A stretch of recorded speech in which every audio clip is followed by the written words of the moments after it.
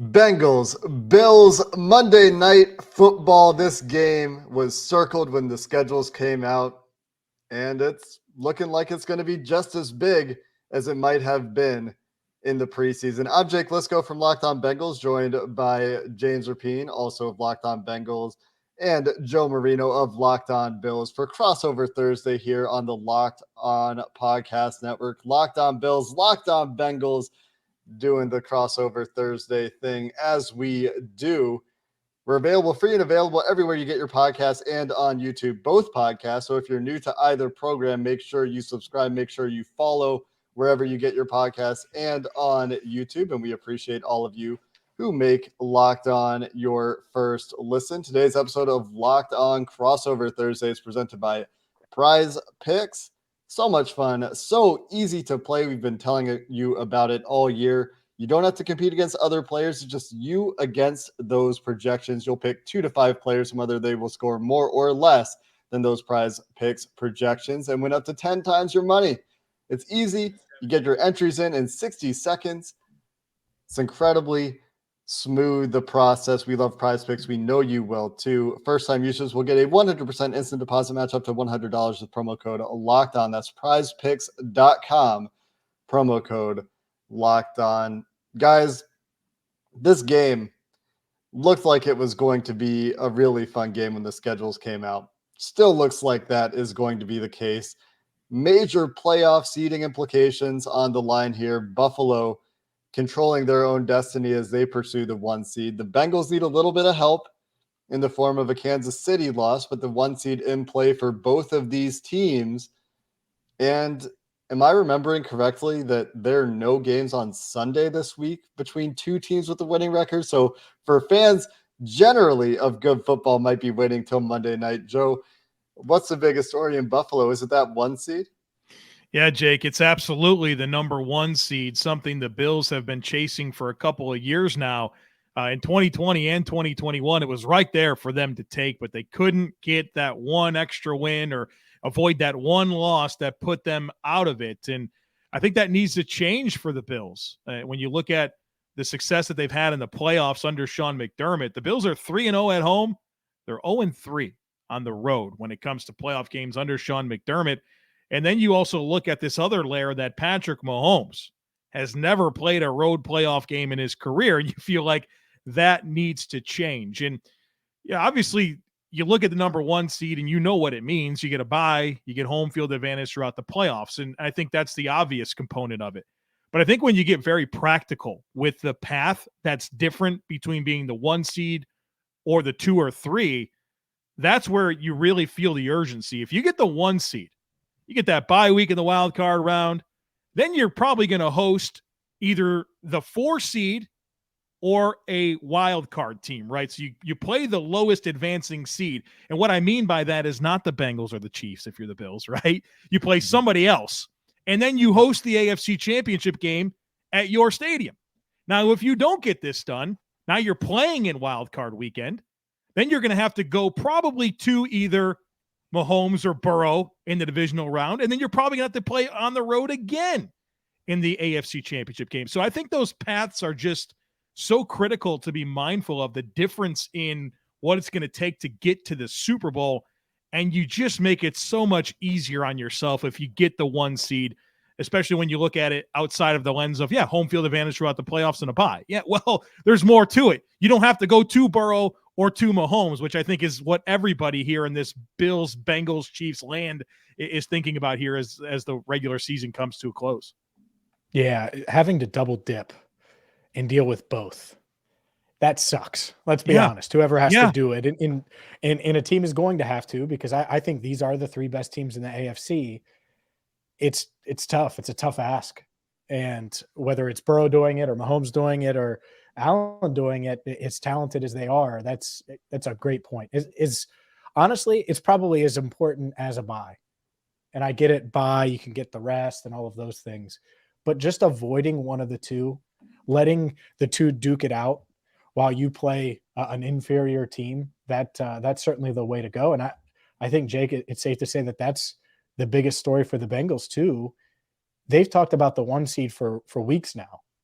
And it's because they've gone on this run and they've won 7 straight and they've played their way from an 0-2 start and a 2-3 and a 4-4 start to now 11-4. They're in the mix. But the only way they get it done and complete their quest is, one, pray to the football gods that the Chiefs get upset by their inferior AFC West competition over the next 2 weeks in one of those games, and handle business against the Bills and then the Ravens. And they'll say their first goal is the division. Well, the last thing you want is to face a must-win game against the Ravens, against potentially healthy Lamar Jackson next week, just to win the division and the right to host the Ravens potentially, which it's a very real possibility. You avoid that by winning this week and hoping that the Steelers handle business against the Ravens. So there's a lot on the line for both teams. And like you mentioned at the top, when these schedules came out, you looked, you're like, man, that's going to be a fun game. Sports betting is going to be legal in Ohio, and it's going to be Bengals and Bills on Monday Night Football. I'm just grateful that both teams are double-digit winners, have playoff berths clinched, and we're talking about contending for the 1 seed versus, one of the 2 teams delivering. Both teams have delivered, and Monday night should be a lot of fun. Just some numbers really quick on those 1 seeds. They both lost their first game last year, but before that, in the previous 5 years, were 12-2 coming off that first round bye. And you go back and you look at the Super Bowl winners, the teams representing each conference in the Super Bowl. The 1 seed now, it used to be 1 or 2 seed, used to just be playoff bye, has been such a huge advantage for playoff teams. Just not having that extra wear, not having that extra game late in the season, home field advantage throughout the playoffs. And like you said, Joe, avoiding going on the road. This is something we even talked about last year with the Bengals, right? That they had this path to the Super Bowl that we were looking at as the playoffs were coming around. And it was, well, maybe the seed, having to go to Tennessee, dealing with the 1 seed in week 2 of the playoffs and the second game of the playoffs. Maybe that's actually the ideal path. Let Buffalo and Kansas City go on this collision course and avoid having to play both of them. Last year, that worked out for the Bengals. This year, that's not really A, the goal, or B, I think necessarily very possible.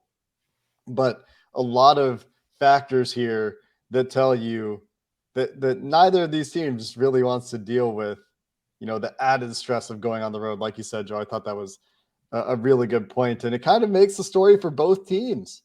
Both teams need this game for similar reasons with similar motivations.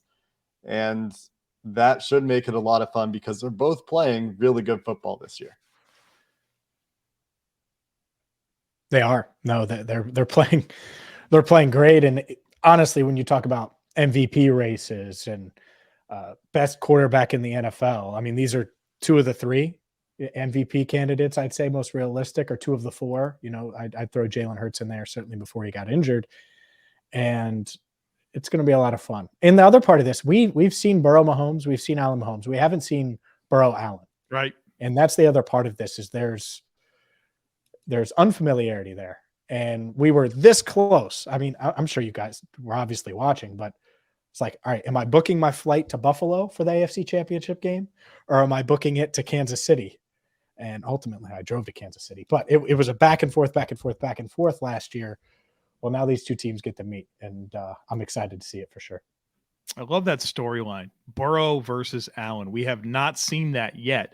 And what's interesting is Burrow has done well against Mahomes, right? If I'm not mistaken, is it 3-0 over the last 2 years? I mean, including the AFC Championship game. And, for the reality that the Chiefs knocked the Bills out of the playoffs the last 2 years, Allen has won the last 2 regular season matchups. And you could say what you want about 13 seconds.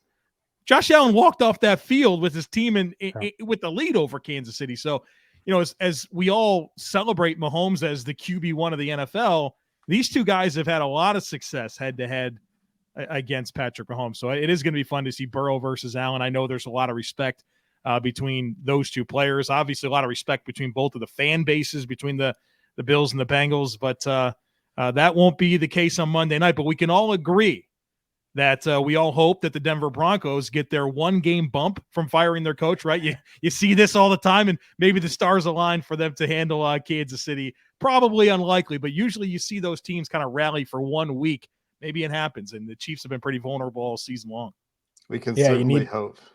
Need Russell Wilson to put that personal office that he reportedly has to work. And we'll see if he can do that. But it's not going to be Burrow versus Allen on the field directly. There's key matchups, though, that we have to dive into, including who Burrow's going to be facing, who Allen's going to be facing. So let's do that coming up next. Today's crossover is brought to you by Audible. Audible is releasing a slate of new football podcasts that we're sure you're going to love.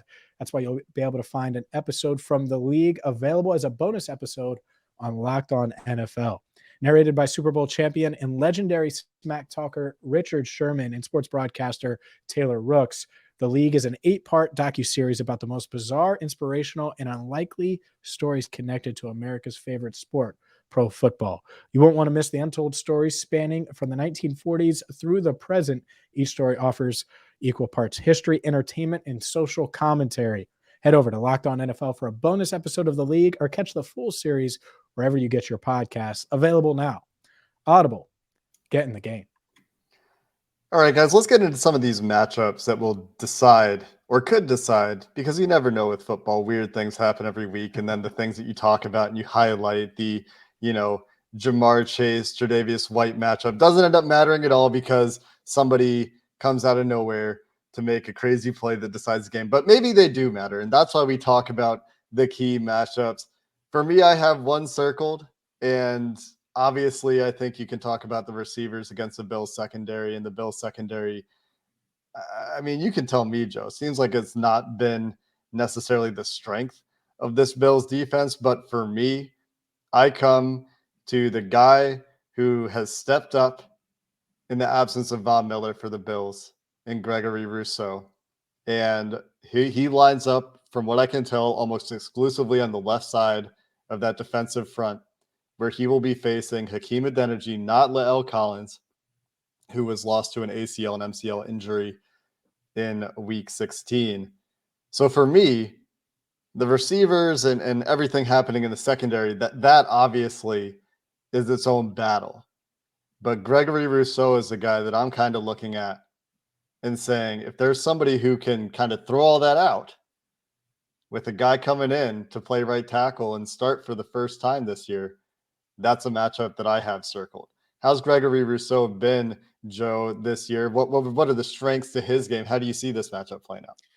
Yeah, Jake, that was the number one matchup that I had written down as well. Greg Rousseau versus Hakeem Adeniji, who's played a little bit of ball for the Bengals over the last couple of years, and I think we can all agree that his performance has been usually pretty underwhelming. And you feel like for Buffalo, that's an opportunity for you with a good young player, first-round pick last year, and Greg Rousseau, who had a good rookie season and has built upon that this year, and really showing up as a run defender and as a pass rusher. And he provides a lot of length, heavy hands, a compression-style rusher that thrives off of the bull rush and really getting into the pads of his opponents and using that length and that just massive wingspan to finish and close. And he's been really good this season doing that. And so the Bengals offensive line is certainly taking some strides this year, but this is a big hit, losing Lael Collins. And to me, that's one of the ones right there at the top of the list for me, Rousseau versus Adeniji, that you feel like the Bills could have an advantage with that particular one-on-one matchup. Joe, what about the rest of this pass rush? What because every week with the Bengals, it's all right, can you keep Burrow upright? And I've said it a lot this week. It's what they're going to do. They're going to pass it. They're going to find ways to get the ball downfield if they can, and they're going to run the offense through 9. They're a drop back passing team. So who else should we know on this pass rush? Because obviously it's not just Rousseau and it's not just Adeniji. Yeah, well, and obviously Von Miller not being part of the pass rush arsenal for the Bills is notable. I think guys have stepped up in his absence. Obviously, Rousseau has been good all year. The other side, Shaq Lawson, AJ Epinesa are two, again, long arms, compression-style rushers. I don't think the Bills have a ton of speed when it comes to their rush off the edge, but they can challenge with power and that ability to really just kind of collapse the width of the pocket. On the interior, Ed Oliver is having a really good season, and he's been good of late. Former top 10 pick, explosive, not a big guy, right, at 280-something pounds, but he can really get into gaps and win with a hot motor and just a ton of athleticism. So he can put some stress on the interior. You have Jordan Phillips, who's this big 350-pound.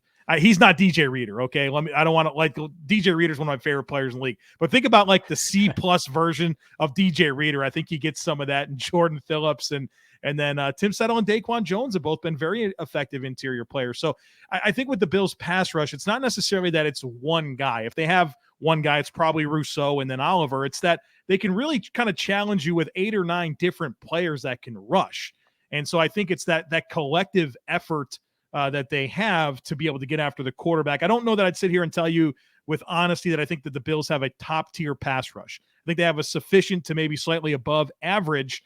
And when they can really utilize the different groupings, they like to rotate and keep guys fresh. That's where they can really have a lot of success and maybe take advantage of some of the matchups up front. But, Joe Burrow, obviously a great quarterback under pressure. He's accurate, right? He top 5 in passer rating when he's pressured. You can't blitz him, right? He's going to kill you if you blitz him. So, for as much as the Bills could have some advantages with their rush, I think Joe Burrow under pressure, Joe Burrow handling the blitz, Joe Burrow, what he's done getting running backs involved in the passing game this year has been significant in my mind. And so I think there's a lot of clubs in the bag for the Bengals to deploy to kind of slow down some of that as well. Yeah, we've seen recently that the sack avoidance part of Joe Burrow's game has come alive, taking what would be top 6 in the last 7 weeks of pressure to sack when you look at the PFF numbers for pressure to sack, which they track, and they've just been dealing with it. Burrow has been getting rid of the ball quickly, and if you go watch the tape, he's getting rid of the ball in the nick of time constantly. This is something that we've talked about quite a bit when we've done our film review episodes on Locked On Bengals. He's getting rid of the ball accurately with, to use a JT O'Sullivan term, again, capital A anticipation for the last series of games when the Bengals have been hot. And there's some really good players on this Bills defense, but I feel like Burrow's playing at a pretty high level right now. We could see that continue. I am excited to see the linebacker play in this game in general. Matt Milano and Terrell Edmonds on one side and Jermaine Pratt and Logan Wilson on the other side. A couple of linebacking duos that are playing on a high level.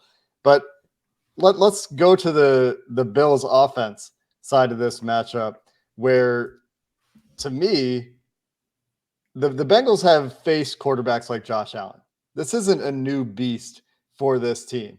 And I'm not saying that's necessarily going to make it easy. Josh Allen is obviously spectacular and an incredible playmaker, but they do have experience dealing with guys like Lamar Jackson that can run the ball. They're used to these game plans where they have to deal with containing their pass rush. They have to deal with extension of plays. Obviously, Mahomes as well, they faced 3 times and have handled pretty well. You mentioned that you don't blitz Burrow. It seems like teams, conversely, have found some success blitzing Josh Allen. He's put the ball in a little bit of danger this year. You've had to live with the highs and lows, it seems, a little bit in Buffalo. What's the story for Josh Allen's season? And is there any concern for you that, that proclivity, that inclination to sometimes put the ball in danger could come back to bite him? Or is that just something that you live with because the highs are pretty spectacular too? Yeah, I think it's part of something that you live with, and it feels like Josh has had some turnovers this year that have come in bunches. You look at last game, for example, Bills turned over 3 times. Well, in the previous 5 games, they turned it over a total of 3 times, right? So they tend to come in streaks, and so you're obviously curious if it's a one-game thing or if it's going to be something that there's a number of games in a row here that stack up with turnovers. But as far as Josh Allen's season goes, I mean, obviously he got off to just an absolutely incredible start. And then he had the elbow injury, which I think, despite him playing, I don't know that people are acknowledging enough that this is something that is impacting him, right? Where there's a lot of load management. And, if you've watched Josh Allen, that since the elbow injury, he's not necessarily been the same. I think we saw vintage Josh Allen against Miami a couple weeks ago, but then you watch the Bears last week and you're like, well, yeah, that ain't it. That's not the Josh Allen we know. So I think it's affected his ability, particularly on some of the quick game and quick release stuff where some of the ball placement hasn't been there. But It hasn't stopped the Bills from being an upper echelon offense, but it's looked a little bit different at times. And I think it's unlocked other areas of their football team. I think the running offense has really become a strength to an extent of late here, being able to lean on that a little bit more, and obviously weaponizing Josh Allen's legs. And, Josh still makes those wild plays in every game. But I think that the injury has definitely led to some of that variance that obviously you want to eliminate as much as possible against Cincinnati. And I'll tell you, I'm really interested in seeing this matchup between the Bills offense against the Bengals defense. I have a lot of admiration for their defensive coordinator, Lou Anarumo, and just how it's not even game to game. It's not even half to half. It's sometimes drive to drive, just how different the defense can look and how many different ways they can play you. And whether it's even front, odd front, man, zone, this team mixes up their looks better than any team in the NFL. I don't think it's particularly close. I think you make a good point about their history with playing dual threat quarterbacks that can win off script. And, I think a lot of that stems from having those linebackers, Logan Wilson, Jermaine Pratt. Logan Wilson really turned it on last year, and I think he's a rising star. Jermaine Pratt obviously having his best season. And what's different about those guys is they're like 250 pounds, right? These are big athletic dudes that can play in space and play downhill. And when you think about second-level defenders that have had to deal with Josh Allen in the past, it's 230-pound linebackers, 225-pound linebackers. These are different cats here with Cincinnati Bengals. And so I'm interested in seeing, how some of those one-on-ones go, where Josh Allen's going to take off and he's going to have to beat a 250-pound guy as opposed to a 230-pound guy. And I have a lot of respect for Pratt and Wilson. And obviously, I think a big story there with the Bengals defense is, how they're going to kind of piece it together. Obviously, Sam Hubbard not available, but Trey Hendrickson playing through this wrist injury, he's not going to be the best version of himself. And so how does it look this time, right? Without those players, obviously it's a banged up corner situation. So we're going to find out here, I think, in this coaching matchup of Ken Dorsey, who's had his ups and downs as a first-year offensive coordinator, against Lou Anarumo, who I think over the last couple of years has really done some very special things on tape in big moments. In particular, what he did in the playoffs, just unprecedented. And I think that's something that they can lean on and get creative with how they play defense. And I think that's part of what I'm really fascinated to find out on Monday night is that chess match between Anarumo and Ken Dorsey. Yeah, I'm curious to see what he does as well, because just say it out loud: Eli Apple, Cam Taylor-Britt, Stephon Diggs, right? That's you're probably making a face if you hear that listening right now, and it's because, well, it's tough to contain him, and not to mention Gabe Davis and all the other weapons in that Bills offense. I do want to mention real quick, we talked to Logan Wilson this week, former teammate of Josh Allen at Wyoming, so that's a fun little storyline. He's never tackled Allen because obviously Allen can't touch the merchandise in practice. Did intercept him in practice, so we'll see if he gets his first tackle on Josh Allen on Monday night. Up next, well, let's dive into our predictions. Who will win this battle of, well, awesome teams from the AFC, Bills, Bengals. But first, today's show brought to you by BetOnline. For all the latest sports betting info, stats, news, and analysis, you got to get to BetOnline. They have you covered. Whether you think Josh Allen's going to win MVP, whether you think Joe Burrow's going to win MVP, you could wager on future props like that. You could certainly dive into this game where the Bills slight favorites right now in this matchup, according to BetOnline, and so much more. All of the bowl games, NBA, NFL, all in one place. So make sure you check out BetOnline today. Sign up for free and start wagering. Head to their website or use your mobile device to learn more. BetOnline, where the game starts. Did you know that driving high is considered driving under the influence? That's right. Driving under the influence of marijuana is against the law in every state, even in states where marijuana is legal. That means driving high could get you a DUI. And if you think law enforcement officers can't tell when you're driving high, you're wrong. Your friends can tell, your coworkers can tell, even your parents can tell. Everyone can tell. So what makes you think that law enforcement officers don't know when you're driving high? Driving under the influence of marijuana can slow your response time and change how you perceive time and speed. So even if you think you're fine to drive when you're high, you're not. because the bottom line is if you feel different, you drive different, and driving high is driving under the influence. So remember, drive high, get a DUI, paid for by NHTSA. Let's get to some predictions here, guys. Joe, I really just want to take 1 second to appreciate your clear study of what's going on with Lou Anarumo's defense. You came prepared. I'm going to be really interested to see if there is a dedicated effort like we saw from the Patriots last week that we talked about again on the Locked On Bengals film review episode to attack the Cam Taylor-Britt rookie corner, Von Bell, not as rangy as Jesse Bates tandem when the Bengals go split safety. We saw Mac Jones and Kendrick Bourne and other speed on the Patriots offense go after this duo on vertical balls. And that's the Patriots offense. Gabe Davis, Stephon Diggs, a little bit of a different pair there. Kendrick Bourne had a really good game, not to take anything away from him. It was fantastic, but those guys are pretty proven commodities at the wide receiver position, especially when it comes to vertically challenging the defense. And Josh Allen, arm injury or not, elbow injury or not, I think can challenge you vertically in a way that Mac Jones cannot.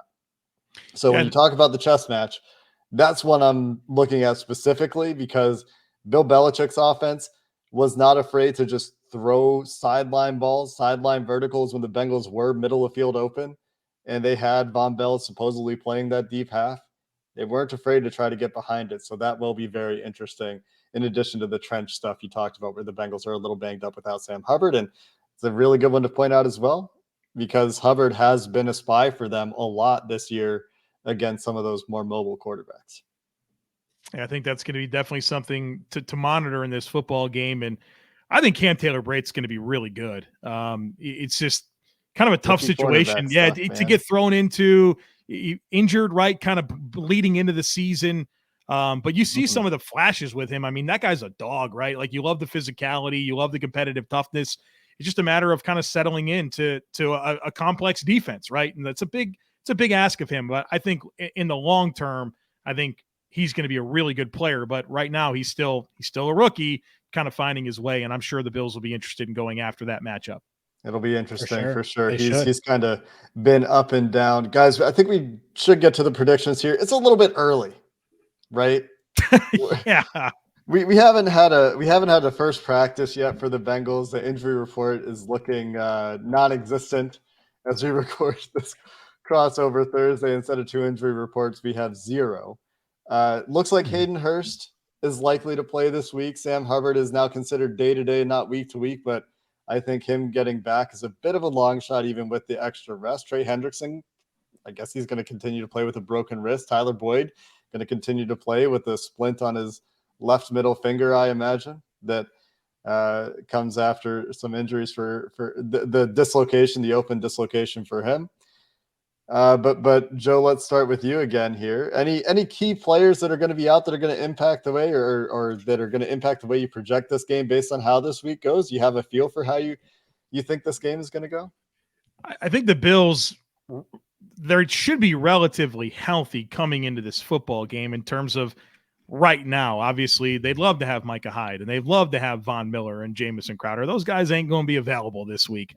But I think in terms of the last game the Bills played, everybody that started the game finished, but there's always those random injuries that pop up. So I don't know what could come of it. I know the Bills were without Mitch Morse, their starting center, who was in concussion protocol. Ideally, kind of a 2-week rest would give him what he needs to step in and face BJ Hill and DJ Reader. So I think the one that I'm going to be paying the most attention to is Mitch Moore's status coming out of concussion protocol if he's going to be able to go on Monday night. All right, guys, let's do some predictions. Do we have predictions? Are you ready? I don't do predictions as the resident anti-fun no prediction guy, but James, what do you got? Well, you just got to give a disclaimer this early that it's subject to change, and call me. I mean, we're going to do multiple shows. Normally, this is our second to last show before the game. We have multiple shows now in a lot of time and multiple practices before this game. I'm leaning Bengals. Look, why would you bet against them? They're at home. They're pretty healthy. Probably no Sam Hubbard. You're right. And the La'el Collins injury. I think, do they lose some power on the ground? Yeah. It's not like La'el Collins was killing it in pass protection. And guess what? They're going to throw the ball against the Bills. That's going to be their goal. And that's what they did last year towards the end of the season. And when you throw it 52 times in Foxborough, I think that's your plan moving forward. So I expect Joe Burrow to throw it early and often. We'll see if Hakeem Adeniji can hold up. I think it's going to be a dogfight. I think it's going to be really close. And Evan McPherson redeems himself. I think it's going to be a field goal game. I'll give an official score later, and heck, maybe I'll flip it if things change. But as of now, I'm thinking really close game.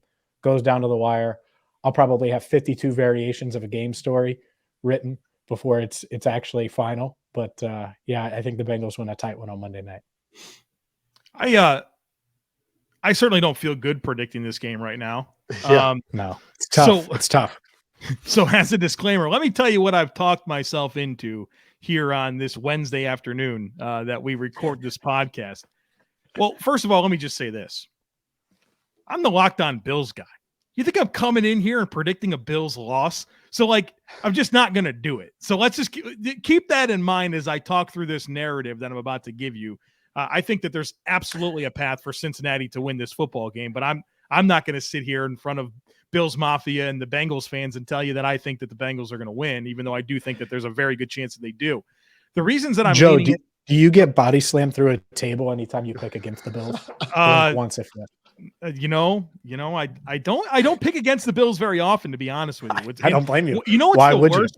You know what's one of the worst things is when you do it and you're wrong, and you're like, well, sorry about that. I did that this year in the Chiefs game. Whew. Oh man, yeah. Rest in peace, your mentions, right? So this is what I've talked myself into. First of all, this might be a weird talking point, but I think it's a good thing that the Patriots were the last team that the Bengals played. And I'm not going to sit here and say that I have a ton of respect for Bill Belichick and what's happening with the Patriots right now. I think he's an absolutely terrible general manager, but he tends to have some pretty good game plans. Mm-hmm. And I think, especially what they do defensively, I think it's going to give you some good clues as to the way to play a team, right? And I think the Bengals, did they score in the second half of that game, right? If I'm not mistaken, they didn't score any points. They didn't. I'll say this: the offense wasn't as bad as the results. There were some. They had a couple of drop passes that should have been touchdowns. Some fluky plays, so it wasn't quite as bad as it looked. Right, but the results weren't there. But I think you can lean into some of what the Patriots put on tape, understanding that Bill Belichick is a good game planner, and pick off of some of that a little bit. But what we know about both teams is that both offenses are excellent. And to me, that puts the defenses front and center. And when I think about the Bengals on defense, Hubbard and Hendrickson, if they both play, they're going to be hobbled. I think the Bills do have an opportunity here with these corners, Eli Apple and Cam Taylor-Britt, with the weapons that the Bills have at wide receiver. And I think that can give them some good opportunities to score some points. Obviously, the Bills defense, no Von Miller, but their pass rush has been solid without him. But this is kind of that game where you might miss Von Miller a little bit more than you have in recent weeks against some of the other opponents the Bills have had. But maybe that's offset a little bit by Hakeem Adeniji playing right tackle and not La'el Collins. But I think where I really get the most confidence is that I think that the Bills offensively they're a more two-dimensional team. The Bengals 26th in rushing yards per game, 28th in yards per carry. And you could say what you want about the Bills offense running the football and how Josh Allen impacts it. Well, those rushing yards count too, right? And the Bills are statistically a very good rushing offense.